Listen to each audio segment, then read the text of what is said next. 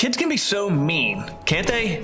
So if you work in middle schools or high schools, you know exactly what I'm talking about. And sometimes it's not just like a passing jab or like a snide little comment that we witness. Sometimes it's like full-blown, and I don't use this word often, sometimes it really is bullying. And I think a lot of it kind of flies under the radar. It's not our fault because we have so much going on, but like everybody kind of knows it's happening. Like students know it's happening, teachers know it's happening, parents even know it's happening, and sometimes it gets handled really well, right? Like we take the kid in and we help them, but sometimes, and I think if we're being honest, I think a lot of times, like I said, it flies under the radar. And here's what happens when it does fly under the radar and these nasty and ugly and bullying behaviors start to become prevalent. Students are experiencing a lot of emotional distress, stuff like depression, anxiety, poor mental health, and of course that comes along with stuff like physical harm and really terrible things like that. But also what happens is then students start to avoid coming to school, don't they? They start to not show up on certain days where they have classes with other kids or they know they're going to see somebody.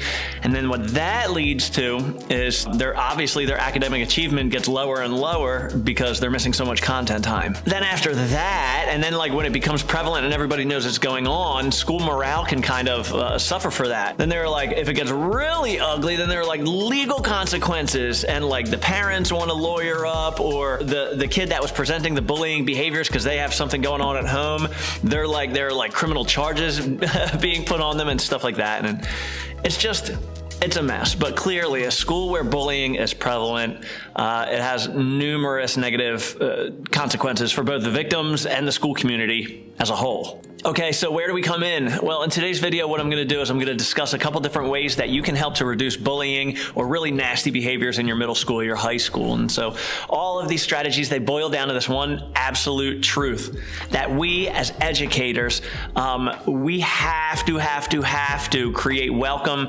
and accepting environments for all of our students, the ones who are being targeted, the ones who are being victimized, the ones who are presenting the bullying behaviors, and everybody in between. So the first step in doing that I want to talk about today is creating a positive classroom environment. And so here's what that means. That means establishing clear expectations for behavior and treating students with respect. That would be encouraging your students to work together and to build together and to build those positive relationships with one another.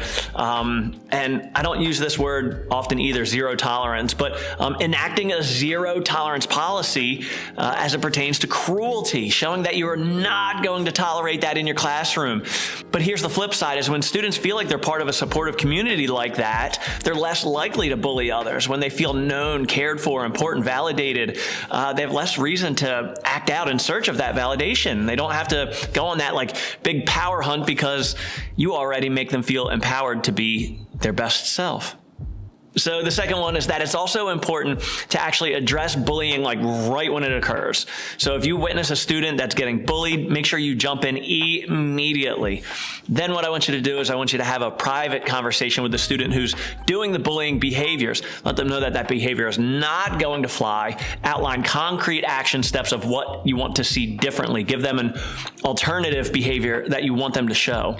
And again, make sure this is private. You might feel tempted to kind of publicly blast them just to show all the other students that you're not going to take this in your room, but your initial intervention of jumping in kind of already did that. So you don't want to turn this bullying thing into more of a public spectacle than it needs to be. You also want to make sure that the victim feels safe and supported. So have a separate conversation with them and make sure that they feel seen, that they feel protected. Make sure you give them concrete steps if this does happen again. Make sure you encourage them to report it over and over and over again. Let them know that you are their ally. And if necessary, make sure you go to your administration because here's the tricky thing, is that a lot of schools have like different policies on this.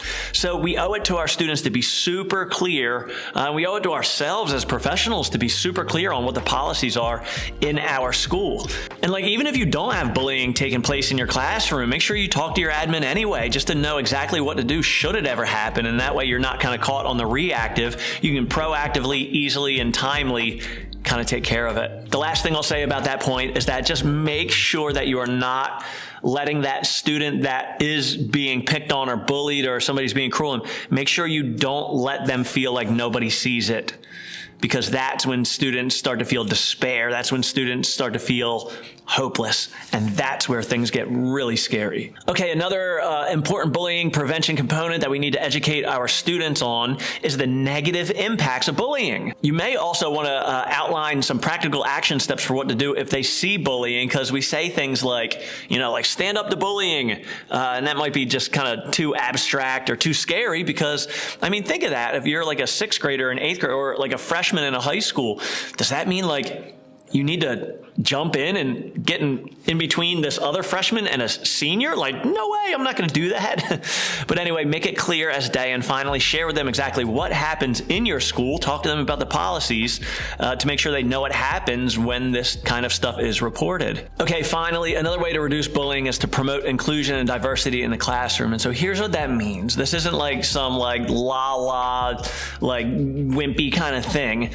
Here's the big idea, and a lot of you that are watching this video, you've had a teacher somewhere along the lines do this with them.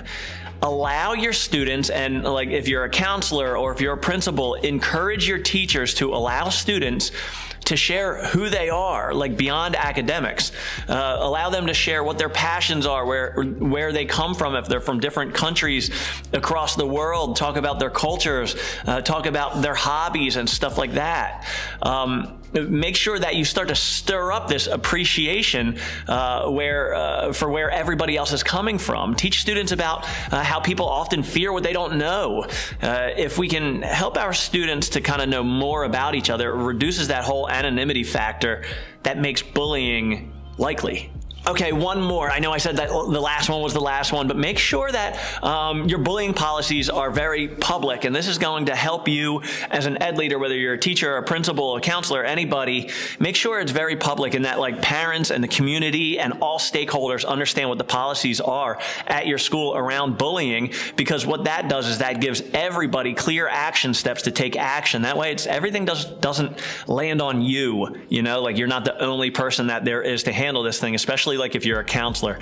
As a counselor, a lot of times we can feel like it's all on us to solve this bullying problem, but really it needs to be a systemic and holistic approach. Okay, so there's much more to this whole entire thing. I just thought I'd get the conversation started. So two things. One, if you have something that you'd like to chime in, I'd love to see that in the comments below. And second, also make sure you reach out and let us know if there are other topics that you think might be helpful or things that are prevalent in your schools that you'd like us to talk about here at In Control SEL. All right, guys, well, my name's Jeff Becker. It's always a pleasure. Talk soon.